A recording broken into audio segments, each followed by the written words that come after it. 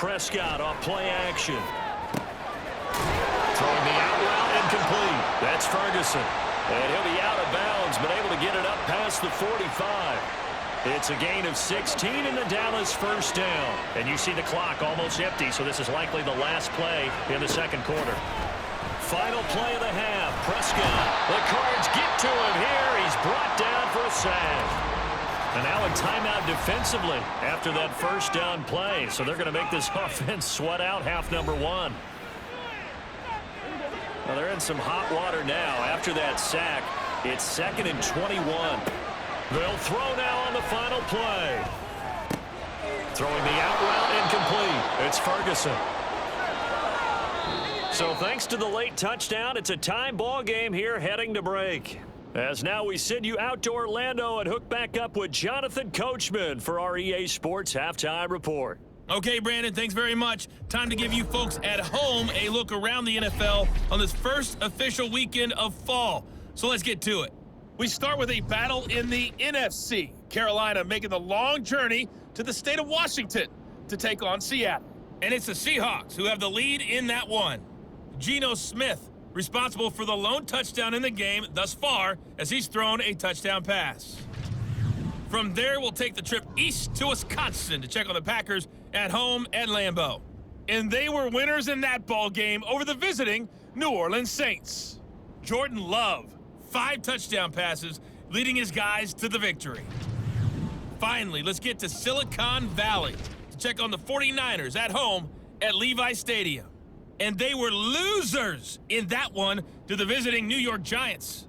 Saquon Barkley, over 100 yards in the victory with 2 touchdown runs as well. We thought this one would be a close battle coming in, and we have not been disappointed. They're all even to this point. This has the feeling of a game that could go right down to the wire. One mistake or one big play could turn out to be the difference.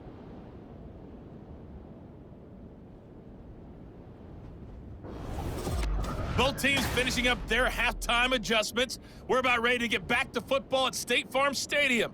And for the call, let's head back out to Glendale and hand it over to Brandon Gott. Okay, Coach, thanks as always. This one's still anyone's game as we welcome you back for quarter number 3. Set and ready to go for the second half. 1 touchdown apiece, 7-7 our score. And he takes this near the 25. Just a little pass there. Call it the 26. The Cardinals ready to go here to start the third quarter.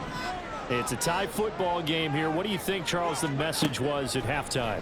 Well, I think that they probably just looked at things and said, we're fortunate that this is a tie game. No need to panic. No need to change a whole lot. We didn't put anything close to our best in the first half, so we don't have to go out and win one for the Gipper. Let's just go out and play our best football and win one for us.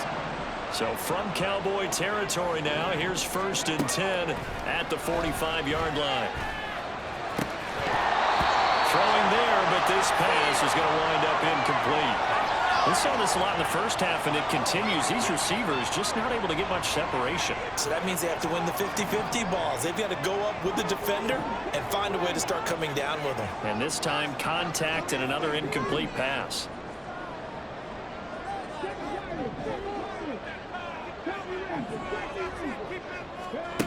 Dobbs now on 2nd down. Flush to his right. Airs it out toward the corner of the end zone. What was he thinking there? It's easily intercepted. Picked off by Stephon Gilmore. And the Cowboys are going to take over at their own 13-yard line. The Dallas offense here set to begin the drive.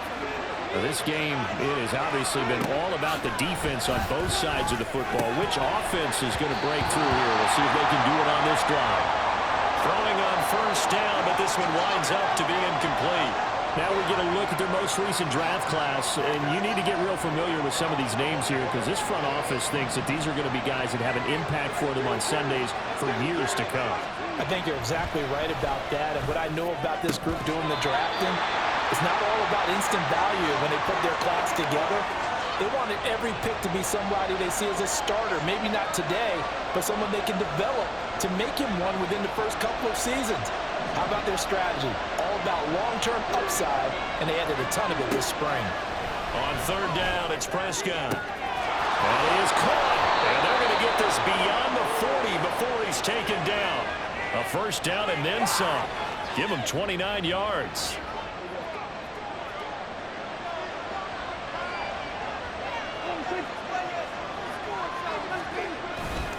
They'll run left with Pollard. And he gets forward up the middle, but only for a couple. It'll be second down. 2 yards on the carry there. It'll be second down. And as they come to the line, they will not be able to get off another play as time out. Welcome back to the desert. We're in Glendale.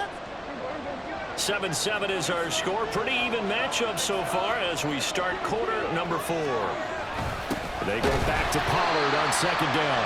And this has been a familiar sight all afternoon as they stop him behind the line. So fresh out of the 2-minute warning, and here's another timeout taken with 1:55 remaining. Now Prescott. And he can't get a throw away. He's taken down. It's Zaven Collins who got in there to get the sack. Partner, you absolutely cannot take a sack in that situation. Now, it's also fourth down.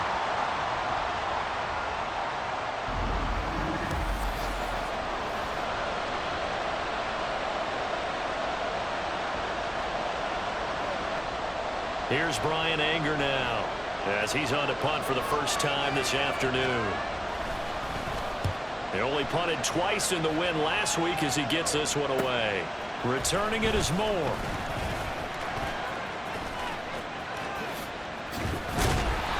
Good blocking there, nearly sprung him. As it is, it'll go as a 19-yard return. And the Cards will take over, 1st and 10. Arizona getting ready to go as they take the field. They need to get this around the 40 on the other side to get into field goal range. Look at the clock, a decent amount of time here in a tie game. What do? No panic situation at all. They've got to get a couple of chunk plays, pick up nice bits of yardage. Target the sidelines? Target the sidelines because you want to get out of bounds and make sure that clock stops. Because if the clock stays running, that makes things that much tougher for you. It can always bleed out on you.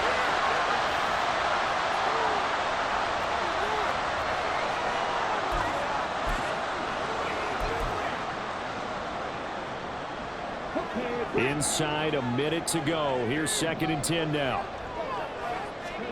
Dobbs.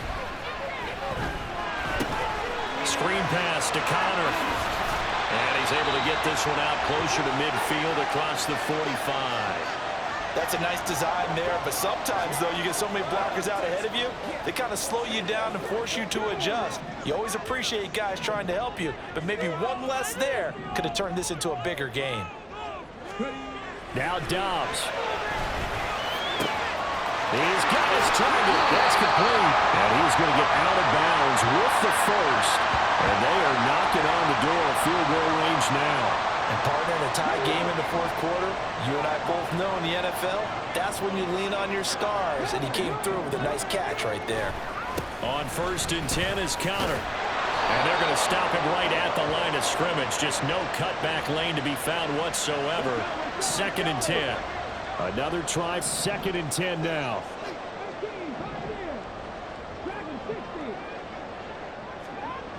On 2nd down, Dobbs escaping the pressure right.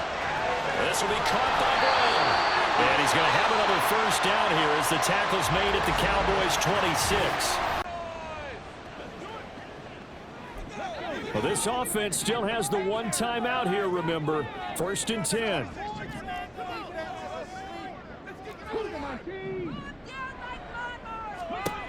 Dobbs looking to throw on 1st down. And this one is going to be off the mark, too far out in front. Well, they've been back on their heels a little bit here on this drive, but a chance to exhale just a little bit there with incompletion on 1st down. Now they have to gear up, try and get 2 more stops, and escape this drive.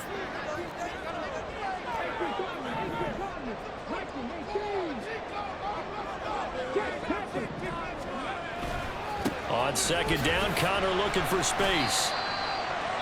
And whistles, and they take their final timeout with 7 seconds left.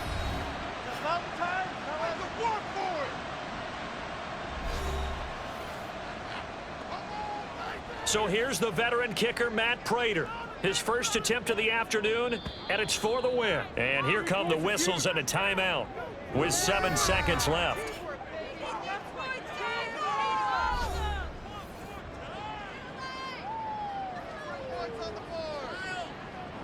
And now this game's going to come down to the right leg of their kicker. From the left hash, this for the win. And his kick is indeed good. And it's celebration time on that sideline as they have taken the lead in the final seconds. So they tried to ice him there, but it's fair to say it did not have the intended effect. And I've known kickers that take it as an affront. And there he says, you think you're going to rattle me? Think again. And here comes a return from just beyond the goal line. And a nice job there on special teams to limit him to inside the 15 as he's dropped it to 14.